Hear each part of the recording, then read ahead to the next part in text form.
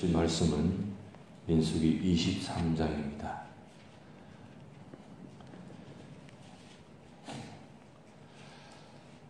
민수기 23장 우리 한 절씩 교독하도록 하겠습니다. 발람이 발락에게 이르되 나를 위하여 여기 제단 7을 쌓고 거기 수송아지 7마리와 순양 7마리를 준비하소서 하며 발락이 발람의 말대로 준비한 후에 발락과 발람이 제단의 수송아지와 순양을 드리니라. 발람이 발락에게 이르되 당신의 번제물 곁에 서소서. 나는 저리로 가리이다. 여호와께서 혹시 오셔서 나를 만나시리니 그가 내게 지시하시는 것은 다 당신에게 알리리이다 하고 언덕길로 가니 하나님이 발람에게 임하시는지라. 발람이 아뢰되 내가 7 제단을 쌓고 각 제단에 수송아지와 순양을 드렸나이다. 여호와께서 발람의 입에 말씀을 주시며 이르시되 발락에게 돌아가서 이렇게 말할지니라. 그가 발락에게로 돌아간즉 발락과 모압의 모든 구관이 번제물 곁에 함께 섰더라. 발람이 예언을 전하여 말하되 발락이 나를 아람에서 모압 왕이 동쪽 산에서 데려다가 이르기를 와서 나를 위하여 야곱을 저주하라 와서 이스라엘을 꾸짖으라 하도다. 하나님이 저주하지 않으신 자를 내가 어찌 저주하며 여호와께서 꾸짖지 않으신 자를 내가 어찌 꾸짖으랴. 내가 바위 위에서 그들을 보며 작은 산에서 그들을 바라보니 이 백성은 홀로 살 것이라. 그를 여러 민족 중에 하나로 여기지 아니하리로다. 야곱의 뒷걸을 누가 능히 세며 이스라엘 4분의 1을 누가 능히 셀고 나는 의인의 죽음을 죽기 원하며 나의 종말이 그와 같기를 바라노라 하며 발락이 발람에게 이르되 그대가 어찌 내게 이같이 행하느냐. 나의 원수를 저주하라고 그들을 데려왔거늘 그대가 오히려 축복하이도다. 발람이 대답하여 이르되 여호와께서 내 입에 주신 말씀을 내가 어찌 말하지 아니할 수 있으리까. 발락이 말하되 나와 함께 그들을 달리 볼 곳으로 가자. 거기서는 그들을 다 보지 못하고 그들의 끝만 보리니 거기서 나를 위하여 그들을 저주하라 하고 소빔돌로 인도하여 비스가 꼭대기 이르러 7 제단을 쌓고 각 제단에 수송아지와 순양을 드리니 발람이 발락에게 이르되 내가 저기서 여호와를 만나 뵐 동안에 여기 당신의 번제물 곁에 서소서 하니라. 여호와께서 발람에게 임하사 그 입에 말씀을 주시며 이르시되 발락에게로 돌아가서 이렇게 말할지니라. 발람이 가서 본즉 발락이 번제물 곁에 섰고 모압 고관들이 함께 있더라. 발락이 발람에게 이르되 여호와께서 무슨 말씀을 하시더냐. 발람이 예언하여 이르기를 발락이여 일어나 들을지어다. 십볼의 아들이여 내게 자세히 들으라. 하나님은 사람이 아니시니 거짓말을 하지 않으시고 인생이 아니시니 후회가 없으시도다. 어찌 그 말씀하신 바를 행하지 않으시며 하신 말씀을 실행하지 않으시랴. 내가 축복할 것을 받았으니 그가 주신 복을 내가 돌이키지 않으리라. 야곱의 허물을 보지 아니하며 이스라엘 반역을 보지 아니하신도다. 여호와 그들의 하나님이 그들과 함께 계시니 왕을 부르는 소리가 그 중에 있도다. 하나님이 그들을 애굽에서 인도하여 내셨으니 그의 힘이 결소와 같도다. 야곱을 해할 점술이 없고 이스라엘을 해할 복술이 없도다. 이때 야곱과 이스라엘에 대하여 논할진대 하나님께서 행하신 일이 어찌 그리 크냐 하리로다. 이 백성이 암사자같이 일어나고 수사자같이 일어나서 움킨 것을 먹으며 죽인 피를 마시기 전에는 눕지 아니하리로다 하며 발락이 발람에게 이르되 그들을 저주하지도 말고 축복하지도 말라.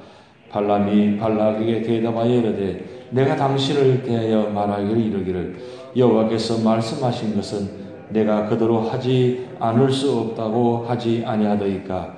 발락이 발람에게 또 이르되 오라 내가 너를 다른 곳으로 인도하리니 내가 거기서 나를 위하여 그들을 저주하기를 하나님이 혹시 기뻐하시리라 하고 발락이 발람을 인도하여 광야에 내려다 보이는 볼산 꼭대기에 이르니 발람이 발락에게 이르되 나를 위하여 여기 7 제단을 쌓고 거기 수송아지 7마리와 순양 7마리를 준비하소서. 발람의 말대로 행하여 각 제단에 수송아지와 순양을 드리니라. 아멘. 날씨가 추우니까 조금 전에 찬송 부르면서 갑자기 어릴 적에 그런 생각이 났습니다. 저는 어릴 적에 산골에서 태어났기 때문에 그 교회가 얼마나 추운지 몰라요. 요즘은 그래도 의자가 있고 카펫이 깔렸고 얼마나 좋아요. 그런데 옛날에는 아시다시피 마룻바닥인데 바닥이 얼마나 찬지 몰라요. 그래도 방석을 깔아놓고 있는데 방석을 또 뭐 다 많이 있는 것도 아니고 부족해가지고 늦게 오면 방석이 없잖아요. 그러면 그 바닥에 찬 그 마룻바닥에 그것도 밑에 이것처럼 꼭 이런 모습이에요. 바닥에 마룻바닥을 깔았는데 밑에 찬바람이 위로 올라오는데 얼마나 추운지 몰라요. 그리고 옷을 입긴 입는데 뭐 옛날에 아시다시피 뭐 옷이 두꺼운 옷이 없었잖아요. 입긴 입었지만 추운 거. 겨울에 그 내복을 입긴 입는데도 그 얼마나 찬지 추운지 갑자기 그 생각이 들었어요. 그런데도 새벽마다 아버님은 깨우셔가지고 새벽에도 가야 된다고 그냥 안 일어나면 뭐 이불을 걷어버리고 그렇게 해서 하여튼 새벽기도를 나온 적이 있는데 어릴 적에 그런 훈련을 받았기 때문에 지금 새벽기도 나오면 힘들지 않습니다. 그때 훈련 받지 않았다면 좀 목사가 돼도 굉장히 힘들었을 거예요. 사실은 제일 힘든 게 새벽기도잖아요. 여러분 참 새벽기도 제가 드리는 모습 보면 참 대단하시다. 그거 하나 참 최고입니다. 뭐 누가 뭐라 해도 새벽기도 재단 사는 분들이 최고예요.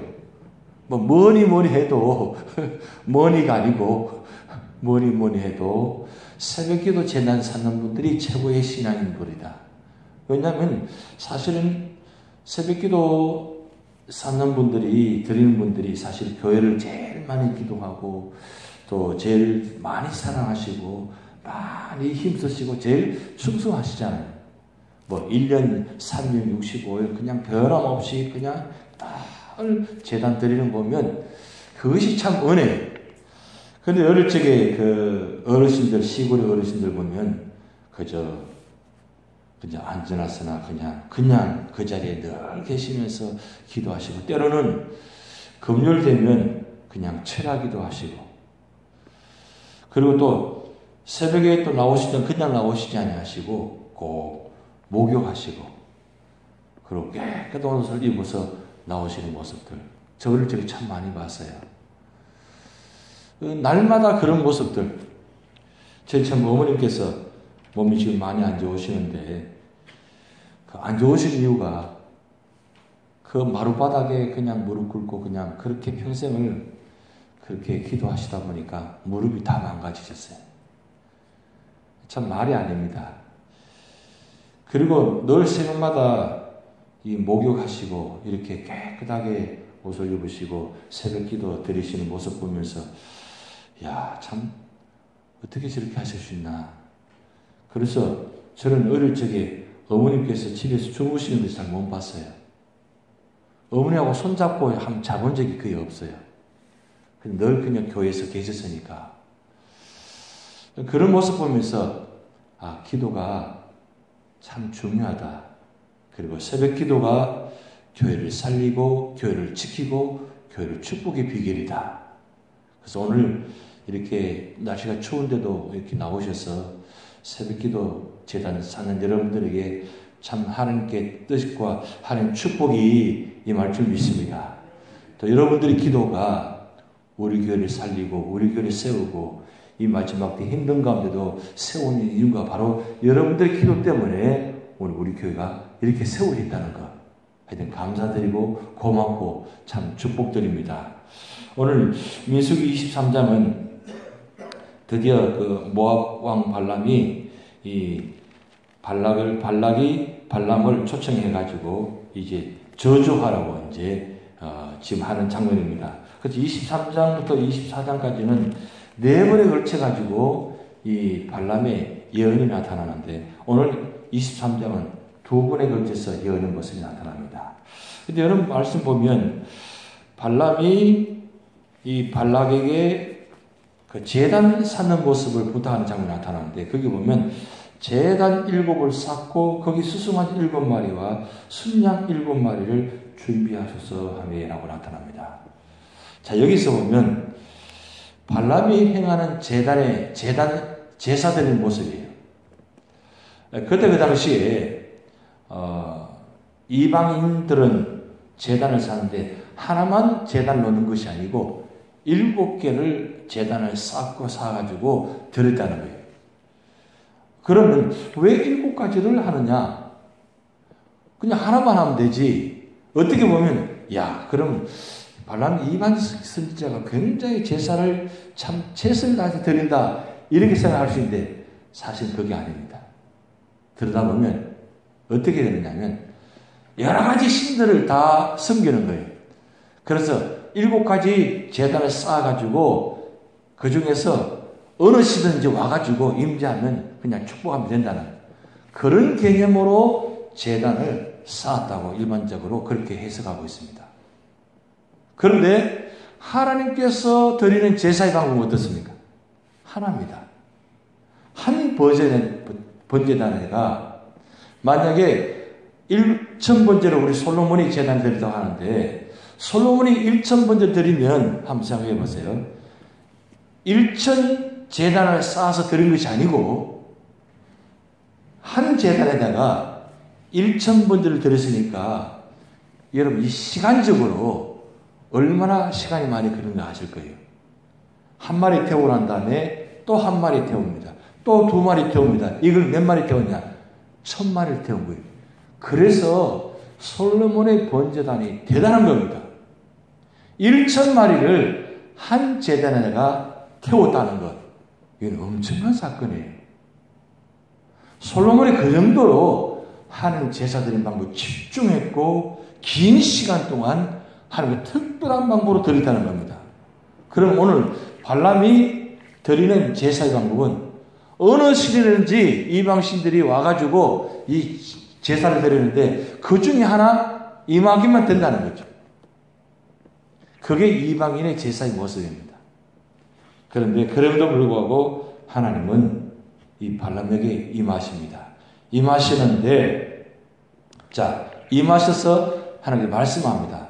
말씀하신 거 듣고 이제 발람이 발락과 그의 고관들이 다 번제물 옆에 다 서 있습니다.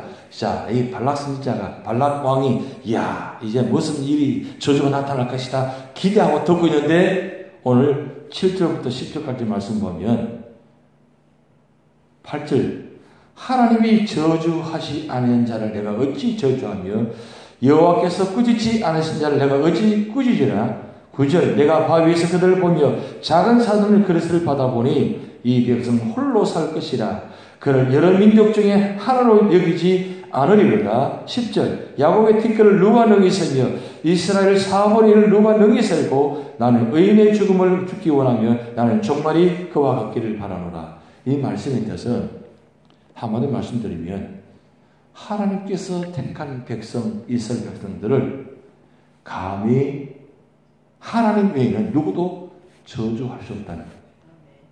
그리고 이 민족은 특별한 민족이다.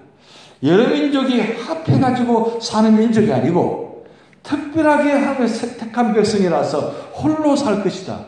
이 홀로 산다는 것은 누구도 그때 그 당시 사실가 없는 겁니다. 그래서 연합해서 사는데 이스라엘 민족만큼은 홀로 살 것이다. 왜? 하나님이 이 민족을 축복하기 때문에.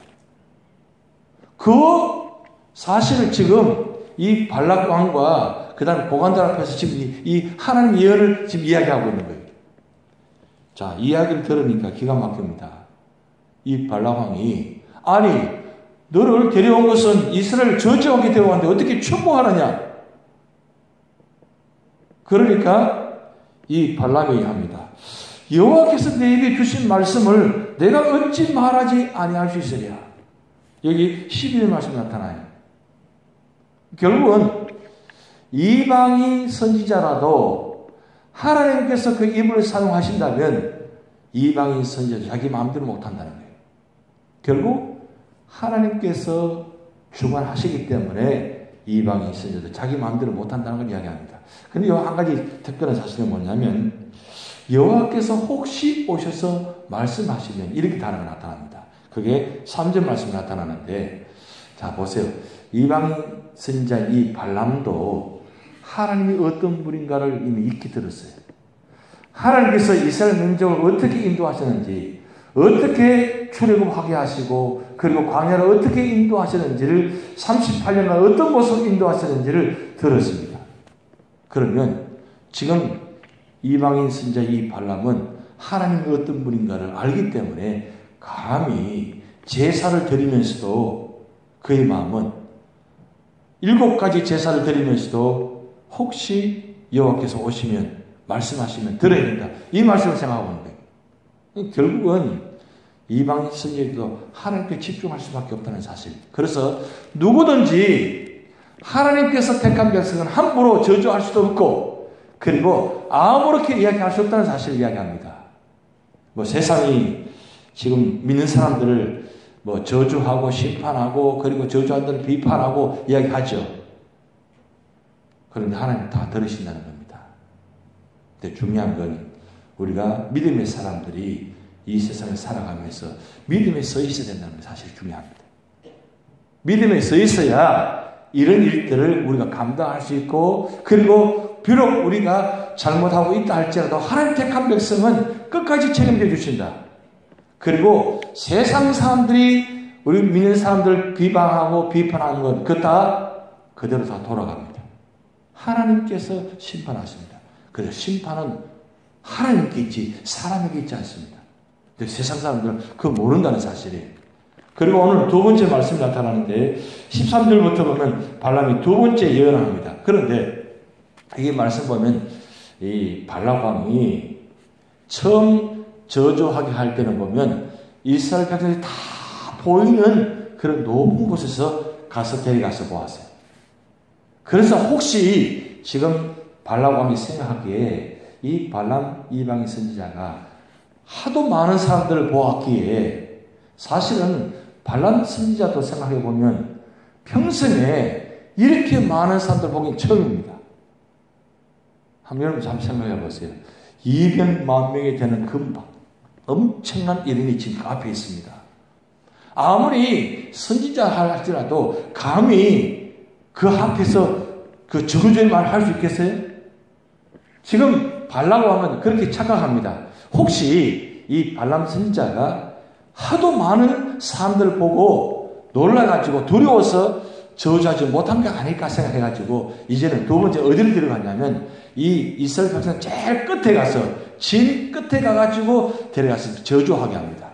그래서 그들을 저주하라 이렇게 13절 나타납니다. 그래서 14절 말씀 보면 소빔들로 인도하여 빗스가 꼭대기에 이르러 거기서 이제 똑같이 1차 때 드리는 제사 방법을 합니다. 지금 1차 때 드리는 제사 방법과 2차 때 드리는 제사 방법은 똑같습니다. 여전히 발람 이방인 선지자가 제사 드리는 모습이 7가지 모습 또 드립니다. 그런데 또 하나님께서 임재하셔서 또 말씀합니다. 그 말씀이 18절부터 24절까지 나타납니다. 여러분 특별히 19절 말씀 한번 보시겠습니다. 19절 말씀 같이 합독하시겠습니다. 하나님은 사람이 아니시니 거짓말을 하지 아니하시고 인생이 아니시니 후회가 없으시리다. 어찌 그 말씀하신 바를 행하지 아니하시며 하신 말씀을 실행하지 않으시랴. 내가 축복받아 할 것을 받았으니 그가 주신 복을 내가 돌이키지 않으시리라. 자, 하나님은 사람이 아니시라는 것, 인생이 아니시라는 것. 그러기에 하나님께서 주신 모든 축복의 말씀은 비록 이방인 선지자도 그대로 전할 수밖에 없다. 왜요? 하나님이 어떤 분인가를 이 발람 선지자가 알았다는 거죠. 하나님은 일방 신들과 다르다는 거죠. 그가 지금까지 복수를 점수를 가지고 저주하고 축복하고 그가 하면 어떤 기적들이 나타난 것, 그가 했던 모든 것 다 사실은 하나님 앞에 서니까 되니까 아무것도 아니라서 깨닫게 된 거죠. 결국은 하나님께서 주신 말씀, 하나님께서 하신 말씀을 그대로 전할 수밖에 없다는 사실을 제가 지금 고백하고 있다는 사실입니다. 그리고 21절 말씀 이렇게 나타납니다. 야곱의 허물을 보지 아니하시며 이스라엘의 반역을 보지 아니하시는도다. 여호와 그들의 하나님이 그들과 함께 계시니 왕을 부르는 소리가 그 주문에 있도다. 하나님 그들을 애굽에서 인도하여 내셨으니 그의 힘이 들소와 같도다. 자, 하나님께서는 그 택한 백성을 허물어 보지 아니하시고, 그리고 중요한 것은 그들과 함께 계신다. 그리고 하나님께서 그들과 함께 하시는 모습이 들소와 같도다. 이 들소라는 것은 힘의 상징입니다. 누구도 이 들소를 이겨낼 수가 없습니다.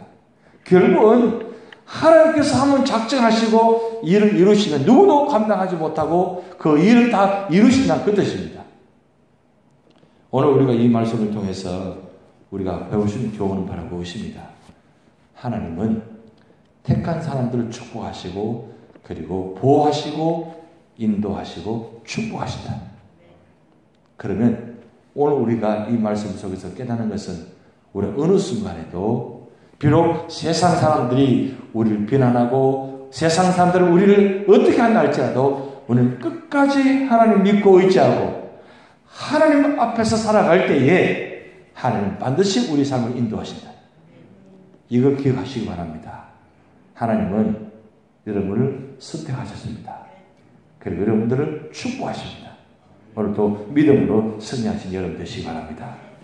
우리 다 같이 기도를 하시겠습니다. 하늘에 계신 우리 아버지여, 이름이 거룩히 여김을 받으시오며 나라의 임하옵시며 뜻이 하늘에서 이루는 것 같이 땅에서도 이루어지이다. 오늘날 우리에게 일용할 양식을 주옵시고 우리가 우리에게 죄전자를 사하여 준 것 같이 우리 죄를 사하여 주옵시고 우리를 시험에 하지 마옵시고 다만 악에서 구하옵소서. 대개 나라와 권세와 영광이 아버지께 영원히 있사옵나이다. 아멘.